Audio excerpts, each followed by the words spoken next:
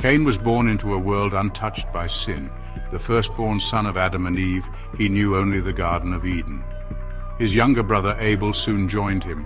The two brothers lived a simple life, learning from their parents. Cain, strong and capable, worked the land, becoming a farmer.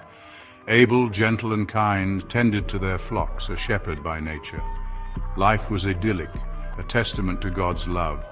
But this paradise would soon be lost. The seeds of jealousy were sown, taking root in Cain's heart. These seeds, dark and insidious, would blossom into a terrible act. An act that would change Cain forever. An act that would birth the first vampire.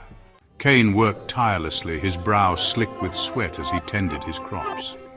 Day after day he toiled under the relentless sun, his hands calloused and his muscles aching. The earth was unforgiving, but Cain's determination was unwavering. He believed that his hard work would yield a bountiful harvest, a testament to his dedication and perseverance. He offered the fruits of his labor to God, a gift from the earth. Each fruit and vegetable was a symbol of his devotion, carefully selected and presented with reverence. Cain hoped that his offering would be seen as a reflection of his unwavering faith and commitment. Abel too presented an offering, a lamb, its fleece as white as the clouds that drifted above. The lamb was pure and unblemished, a perfect sacrifice. Abel's offering was simple yet profound, a gesture of his deep connection to the divine. God, it seemed, favored Abel's sacrifice. A divine light shone upon Abel, a clear sign of God's approval. The favor bestowed upon Abel was unmistakable, a blessing that filled him with a sense of peace and fulfillment. A flicker of resentment sparked within Cain. He couldn't understand why his offering was not received with the same favor. The seeds of jealousy were sown, and they began to take root in his heart. Why was his brother's offering deemed more worthy? Cain's mind raced with questions. He replayed the events over and over, searching for an answer that would make sense of the perceived injustice. The more he thought about it, the more his frustration grew. The resentment grew, a venomous serpent coiling in his gut. It gnawed at him, a constant reminder of his perceived failure. The bitterness festered, poisoning his thoughts and clouding his judgment. Cain's love for his brother twisted, morphing into something dark and ugly. The bond they once shared was now tainted by envy and anger. Every interaction became a struggle, a battle between love and hate. Jealousy, like a disease, consumed him. It spread through his soul, corrupting his thoughts and actions. Cain could no longer see his brother as he once did. Abel was now a symbol of his own inadequacy. He lashed out, his rage a physical manifestation of his inner turmoil. The anger that had been simmering within him erupted, uncontrollable and fierce. Cain's actions were driven by a desperate need to reclaim his sense of worth. And in a moment of blinding fury, Cain struck his brother down. The act was swift and brutal, a culmination of all the dark emotions that had been building within him. In that instant, Cain's life was forever changed, marked by the irreversible consequences of his actions. The world fell silent. Cain stared at his hands, stained crimson with Abel's blood. The weight of his sin crushed him. He had taken a life, spilled the blood of his own kin. God appeared before him, his voice filled with sorrow and anger. Cain, consumed by guilt and shame, could not meet his gaze. God banished Cain from Eden, a wanderer forever marked by his sin. Wherever you go, God declared, your brother's blood will cry out from the ground. He placed a mark upon Cain, a visible reminder of his crime. A mark that would forever separate him from humanity, a mark that whispered of his curse. Cain, lost and alone, wandered the desolate wasteland. The sun scorched his skin, a constant reminder of his banishment. He was an outcast, shunned by both God and man. One night, beneath a sky thick with stars, he encountered her, Lilith.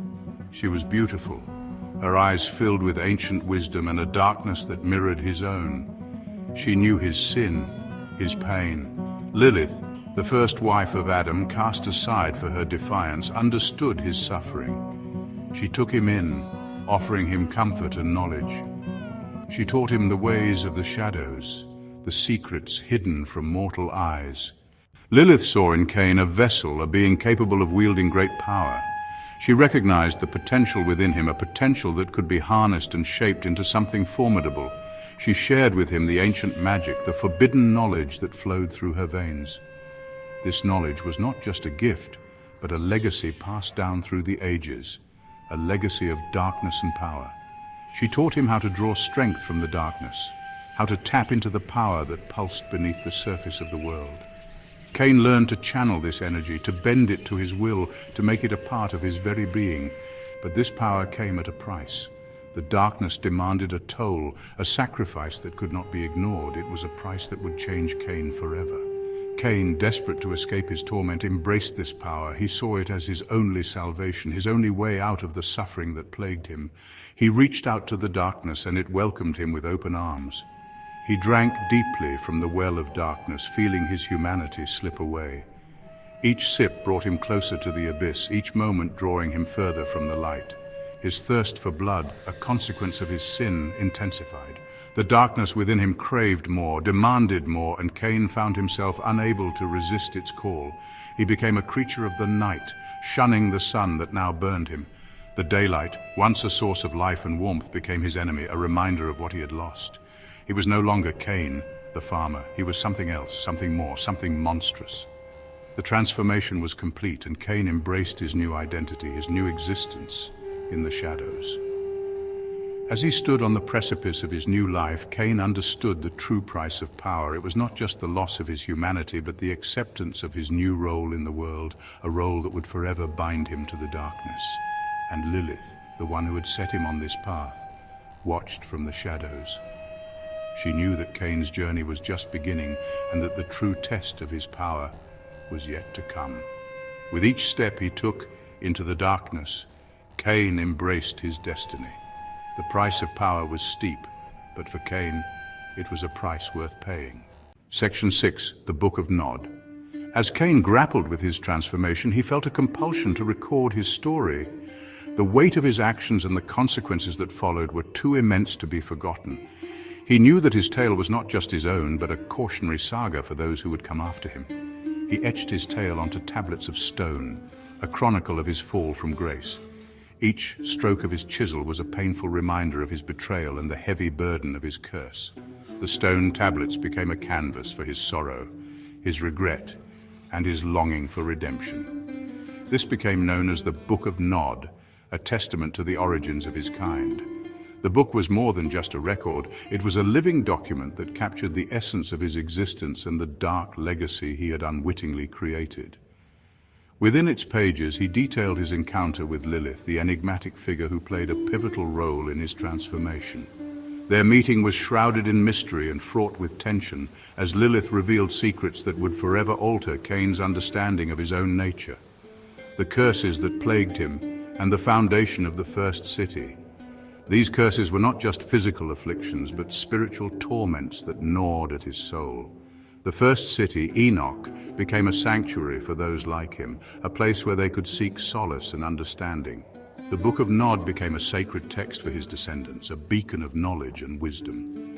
It was studied and revered, passed down through generations as a vital link to their past and a guide for their future, a guidebook for navigating their existence as creatures of the night. It offered insights into their strengths and weaknesses, their powers and vulnerabilities, and the eternal struggle they faced between their human and monstrous natures. It spoke of Gehenna, the final night, a cataclysmic event that would bring about the end of their kind. The prophecies within the book were both a warning and a call to action, urging them to prepare for the inevitable, and the prophecies that foretold their fate. These prophecies were cryptic and often terrifying, filled with visions of destruction and renewal, of hope and despair. They served as a constant reminder of the fragile balance between survival and annihilation. The book served as a reminder of their lineage, a detailed account of their ancestry and the bloodlines that connected them. It traced their origins back to the first vampire, offering a sense of identity and continuity. Their connection to the first vampire, the cursed son of Adam, this connection was both a source of pride and a burden, a link to a past filled with both greatness and tragedy. The Book of Enoch was not just a historical record, it was a living testament to their enduring legacy. Section 7. A lineage of shadows. Cain's curse, a heavy cloak of darkness, did not end with him. It spread, a ripple through time, touching those he made in his image. His descendants, bound to him by blood and the mark of their shared curse, inherited his thirst, his immortality, his pain. They were the first vampires, forever bound to the shadows. They spread throughout the world, their numbers growing with each passing century. They built their own societies, hidden from the eyes of mortals. They whispered of their progenitor, the first vampire, the one who walked with Lilith and drank from the cup of eternal darkness. Section 8. Enduring mystery. Throughout history, Cain's story has been told and retold, passed down through generations. Some dismiss it as mere myth, a cautionary tale meant to instill fear. Others believe it holds a grain of truth, a glimpse into a dark and ancient past. The truth, shrouded in the mists of time, remains elusive. Was Cain a real man, driven to madness by jealousy? Or is he a symbol of the darkness that resides within us all? The answer, perhaps, lies somewhere in between. Cain's story, regardless of its veracity, serves as a reminder of the power of sin, the allure of forbidden knowledge, and the enduring consequences of our choices. Section 9. The first vampire. Cain, the farmer, the brother, the murderer, became something more. He became a creature of myth and legend. He became the first vampire, forever cursed to walk the earth, a predator forever hunted by his past. His story, a tapestry woven from biblical verses and ancient lore, continues to captivate and terrify. He is a reminder of the duality of man, the capacity for both great love and unimaginable darkness that resides within us all. Cain's legacy, a chilling whisper on the wind, serves as a warning and a testament to the enduring power of the shadows. He is the first vampire, and his story is far from over.